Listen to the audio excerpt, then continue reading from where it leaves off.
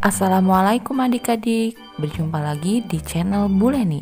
Di video kali ini kita masih belajar tematik kelas 5, tema 1, subtema 3, yaitu kelainan pada organ gerak fasib atau disebut tulang.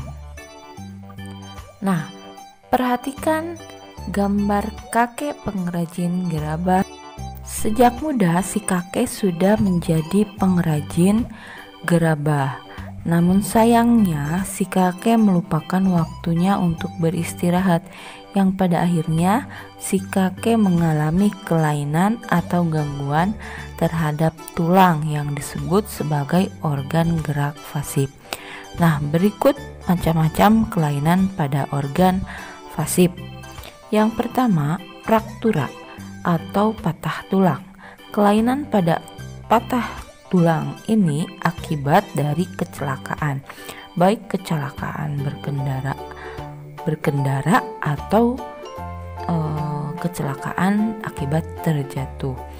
Nah, patah tulang dibedakan menjadi dua, yaitu fraktura yang tertutup, yakni patah tulang yang tidak sampai merobek kulit atau otot, dan yang kedua fraktura terbuka, yaitu patah tulang yang merobek atau menembus kulit atau otot.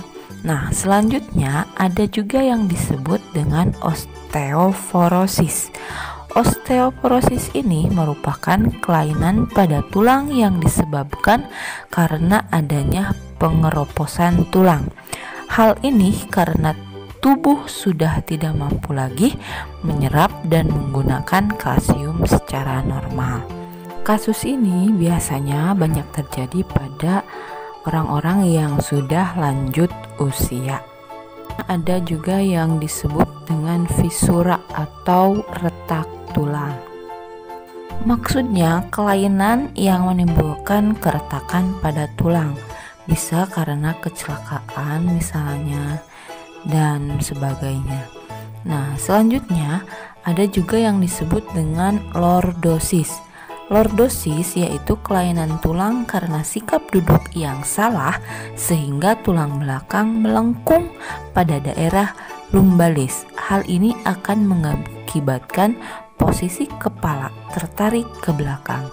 Nah, ingat ya adik-adik, kalau sedang duduk, perhatikan sikap duduk dan jangan sampai salah. Selanjutnya ada yang disebut dengan skoliosis. Skoliosis merupakan kelainan tulang karena sikap duduk yang salah sehingga tulang belakang melengkung ke arah samping. Hal ini akan menyebabkan badan akan bengkok membentuk huruf S. Nah, ini juga harus diperhatikan ya. Soalnya duduk biasanya disepelekan.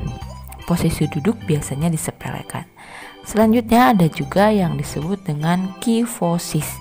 Kifosis merupakan kelainan tulang karena sikap duduk yang membungkuk sehingga tulang belakang membengkok ke belakang. Nah, ini juga bisa jadi penyebab terjadinya membungkuk seperti pada kasus pengrajin gerabah. Selanjutnya adik-adik baca halaman 137. Di sana ada bacaan, posisi, dan sikap duduk yang benar dan sehat. Nah, kali ini Bu Leni akan merangkumnya beberapa poin penting yang harus diperhatikan. Nah, posisi duduk yang benar untuk mencegah terjadinya nyeri dan pegal pada tulang bahkan kelainan, yaitu yang pertama, sikap duduk yang ergonomis. Maksudnya pada saat duduk, usahakan posisi kepala berada segaris dengan tubuh dan menghadap ke depan. Bahu rileks dengan lengan berada pada kedua sisi tubuh, siku menempel pada tubuh yang menekuk membentuk sudut 90-120 derajat. Punggung harus ditopang secara penuh dengan penopang pada saat tegak atau sedikit bersandar. Posisi paha dan panggul ditopang oleh dudukan kursi dan sejajar dengan lantai, sedangkan lutut setinggi panggul membentuk sudut 90 derajat. Nah, meskipun sudah dapat melakukan posisi dan sikap duduk ergonomis, namun juga ketika duduk jangan melakukan atau jangan terlalu lama. Oleh karena itu, seringlah beranjak atau sekedar mengubah posisi. Nah, selanjutnya ada juga yang pada saat duduk, jika ingin mengambil sesuatu itu jangan terlalu memuntir ya.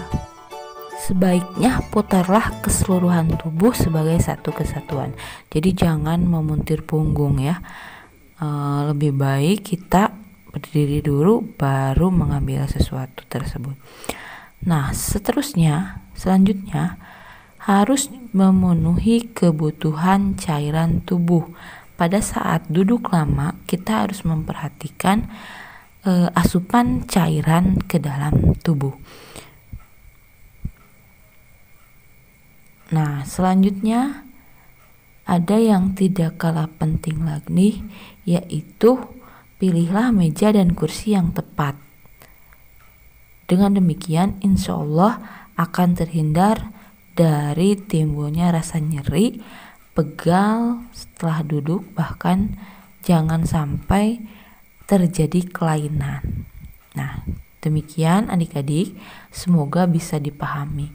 Untuk tugasnya, silahkan adik-adik baca bacaan tersebut dengan teliti berdasarkan paragraf yang sudah tersedia. Kemudian temukan ide pokok masing-masing paragraf. Ditunggu ya tugasnya. Demikian yang bisa boleh disampaikan pada kesempatan kali ini. Mohon maaf apabila ada kekurangan. Semoga bermanfaat. Demikian video pembelajaran kali ini. Semoga bermanfaat. Terima kasih. Wassalamualaikum warahmatullahi wabarakatuh.